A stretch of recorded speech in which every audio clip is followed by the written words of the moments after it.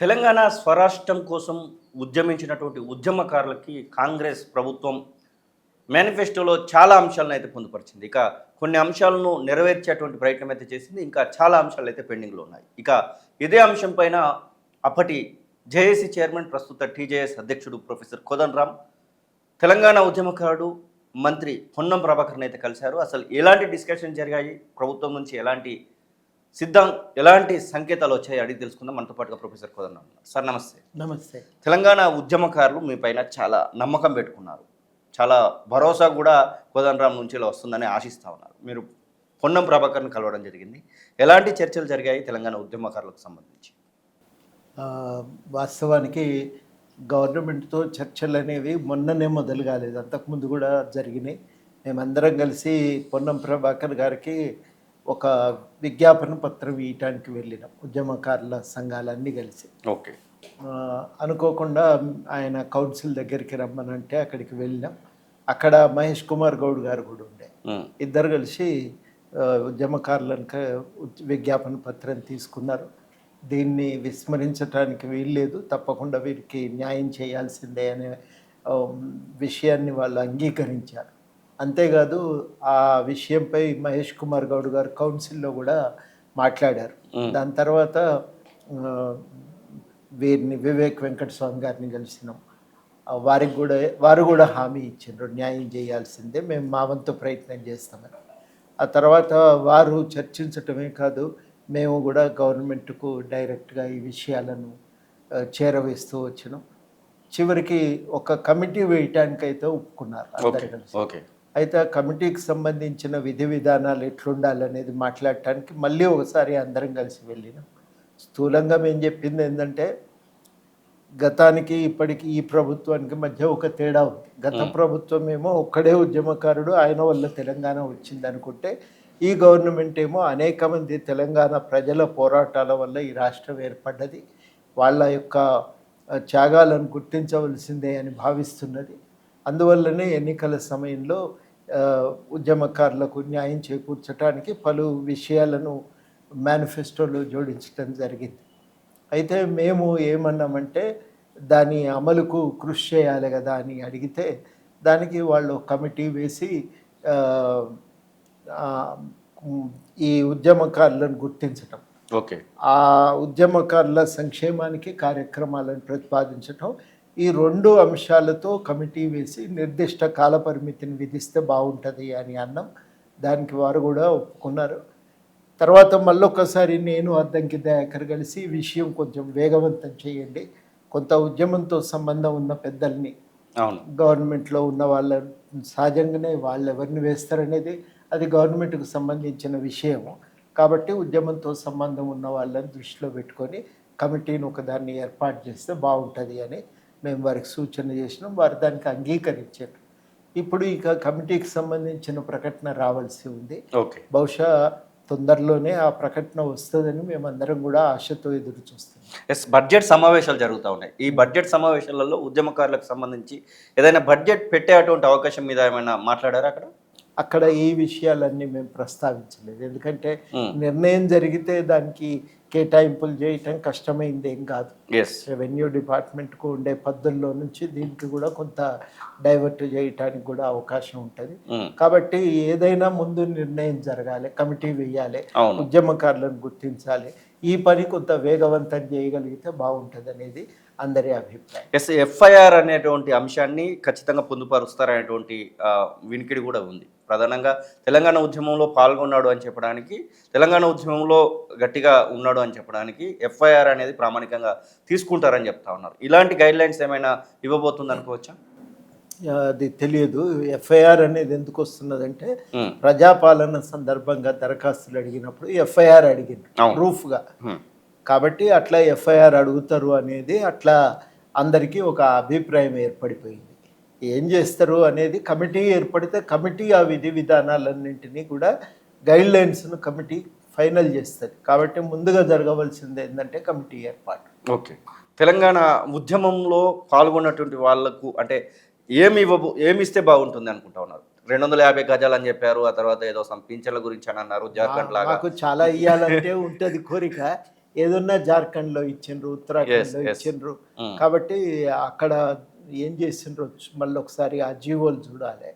చూసినాక ఆ వెలుగులో ఇక్కడ కూడా మనం ఒక న్యాయం చేకూర్చడానికి ఒక ప్రయత్నం అయితే చేయాలి. దానికోసం ఒక ముందడుగు పడుతుంది. ఓకే, కమిటీ వేస్తే ఒక ముందడుగు పడుతుంది.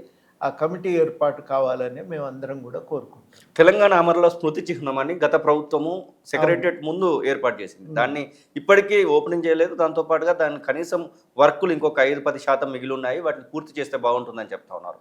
అసలు దీని విషయంలో ఏమైనా అడగదలుచుకున్నారా? స్మృతి చిహ్నం విషయంలో ఉంటుంది కదా, ఇప్పుడు దాన్ని ఓపెనింగ్ అయింది, అప్పుడే కేసీఆర్ గారే చేసిండ్రు. ఓకే, కానీ ఏమైందంటే దానికి ఉద్యమకారుల చరిత్రను అందులో మ్యూజియం ఒకదాన్ని పెంపొందించాలి. తెలంగాణ ఉద్యమ చరిత్ర ఆడ పొందుపరిచే విధంగా ఒక మ్యూజియం రావాలి. ఆ మ్యూజియం రాలేదు, అది ఇంకా ఆ మ్యూజియం రావాలి. అట్లాంటివి ఇంకా చాలా మిగిలి ఉన్నాయి. కానీ అక్కడ ఆ రోజు ఎవరిని పిలవలేదు కాబట్టి అసలు ఇది ఏంది అనేది కూడా ఎవరికి ఆలోచన లేదు. తర్వాత దాంతో ఒక అందరు కూడా పోయి ఉంటే, ఉద్యమకారులందరూ కూడా పోయి ఉంటే బాగుండేది, ఒక అనుబంధం ఏర్పడేది. దాంతో ఎవరిని కూడా పిలవకుండా ఆఖరికి అమరుల కుటుంబాలను కూడా పిలవకుండా చేసేసరికి ఇది మనకు సంబంధం లేదు అనే ఒక అభిప్రాయం అందరిలో కూడా కలిగింది. ఇప్పటికైనా దాన్ని గవర్నమెంట్ మరి దాని విషయంలో, అది కమిటీకి బాధ్యత కాదు కానీ దాని విషయంలో మరి ప్రభుత్వం కొంత ఆలోచన చేయాల్సిన అవసరం అయితే ఉంది. మేమేం కోరుతున్నామంటే దానికి ఇప్పుడు మీరు అడిగిన ప్రశ్నకు సంబంధం లేకుండానే తెలంగాణ ఉద్యమ చరిత్రను రికార్డు చేయవలసిన అవసరం అయితే ఉంది. ఆ రికార్డ్ చేసి అది భావితరాలకు అందించాలి అనేది అడుగుతా ఉన్నాం. ఆ అందులో భాగంగా ఇప్పుడు మీరు అన్నట్టుగా ఇక్కడ ఆ మ్యూజియంను ఒకదాన్ని ఉద్యమ మ్యూజియంను అభివృద్ధి చేస్తే బాగుంటుంది.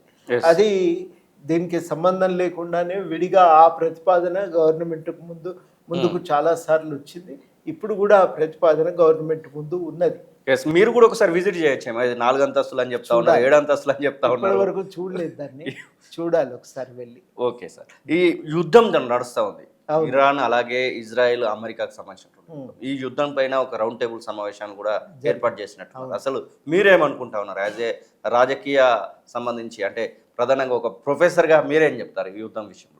ఒకటేందంటే ఎక్కడైనా యుద్ధము అనేది మంచిది కాదు, హింస, ప్రాణ నష్టము, మనిషి అతి కష్టపడి సృష్టించిన సంపద విధ్వంసము, చారిత్రక కట్టడాలు చిహ్నాల యొక్క ధ్వంసము జరుగుతుంది. కాబట్టి యుద్ధం ఎప్పుడు కూడా మంచిది కాదు. అది యుద్ధాన్ని ఎవరం కూడా కోరుకో. అందులో మన స్వాతంత్రోద్యమమే శాంతియుతంగా నడిచింది కాబట్టి యుద్ధాన్ని మనం వ్యతిరేకిస్తాం. మన భారత రాజ్యాంగ ఆదేశిక సూత్రాల్లో కూడా యుద్ధం శాంతిని పెంపొందించే బాధ్యత ప్రభుత్వం తీసుకోవాలని రాసి ఉన్నది. ఈ నేపథ్యంలో ప్రధానంగా మళ్ళా అందులో మధ్య ఆసియాలో యుద్ధం అంటే అది మనకు సమీప ప్రాంతం కదా, దాని ప్రభావం మన మీద పడుతుంది. మనం చాలా ఆలోచించట్లేదు కానీ దాదాపు 1 కోటి మంది ఉన్నారట భారతీయులు. అందులో ఎక్కువ మంది మన తెలంగాణ వాళ్ళు ఉంటారు. ఆ తెలంగాణ వాళ్ళ ప్రాణం ఏమవుతుందో అనే భయం మనకి ఇవాళ ఉంది. ప్రతి ఉత్తర తెలంగాణలో ప్రతి ఊరు కూడా ఇవాళ నిద్రపోవట్లేదు. వాళ్ళు ఆవేదన, గల్ఫ్లో ఉన్నటువంటి వాళ్ళు ఏమయ్యారు అనే ఒక భయంలో బతుకుతున్నారు వాళ్ళు. రెండోది ఏంటంటే ఈ యుద్ధం ప్రభావము మనకు ఇంకా పూర్తిగా అర్థమైతలేదు. ఒక గ్యాస్ పెట్రోల్ అనుకుంటున్నాం, గ్యాస్ ఆగిపోయి ఇప్పటికే మనకు తెలియకుండానే క్యాంటీన్లు ఇట్లాంటివి హోటళ్ళు మూతపడిపోతున్నాయి. దురదృష్టవశాత్తు మెయిన్ స్ట్రీమ్ మీడియా దాన్ని ఎక్కువగా దాని కవరేజ్ ఇవ్వట్లేదు. రేపు ఈ ఎన్నికలు రావటం ఒకందుకు మన ప్రభుత్వం మీద ఒత్తిడి ఏర్పడి వాళ్ళు ఈ పెట్రోల్ డీజిల్ రేట్లు పెంచలేదు కానీ ఏప్రిల్ 29 అయిపోయిన తర్వాత వాటి రేట్లు పెరిగి 4 రాష్ట్రాల ఎలక్షన్స్ అయిపోయే వరకే ఇట్లా ఉంటుంది అంటారా? అంతే, దాని తర్వాత అది కూడా పెరిగే ప్రమాదం ఉంది. మూడోది కీలకం ఏంటంటే ధాన్యం, కూరగాయలు, పండ్లు మిడిల్ ఈస్ట్కు మనం ఎగుమతి చేస్తుంటాం, అవన్నీ ఆగిపోయినాయి.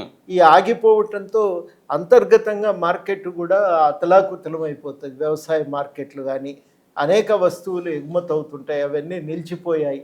కాబట్టి ఆర్థికంగా భారతదేశం పైన ఒక తీవ్రమైన ప్రభావం చూపే విషయం ఇది. కాబట్టి యుద్ధం ఆగాలి అనేది, దానికోసం ప్రభుత్వం చొరవ తీసుకోవాలి యుద్ధాన్ని ఆపటానికి. మనది అలీనోద్యమాన్ని నిర్మించిన దేశం మనది. కాబట్టి అన్ని దేశాలను కలిపి యుద్ధాన్ని ఆపటానికి భారత ప్రభుత్వం చొరవ తీసుకోవాలి, అన్ని పార్టీలను కూడా కలపాలి. ఓకే. ప్రభుత్వం ప్రతిష్టకు పోకుండా అఖిలపక్ష సమావేశం పెట్టి అందరినీ పిలిచి అందరినీ సంప్రదించి అందరి అభిప్రాయాల మేరకు ఇది ఒక ప్రపంచ స్థాయిలోనే ఒక డిప్లొమసీ ఒక దాన్ని మనం చర్యలు తీసుకోవాల్సిన అవసరం ఉంది. దానికోసం మనం ఏదన్నా చేద్దాం, ఇక్కడ ఇంత అన్యాయంగా మౌనం పాటించటం మంచిది కాదు అనే అభిప్రాయంతో నిన్న అక్కడ హాజరైన అన్ని పక్షాలు అభిప్రాయాన్ని వ్యక్తం చేసినాయి.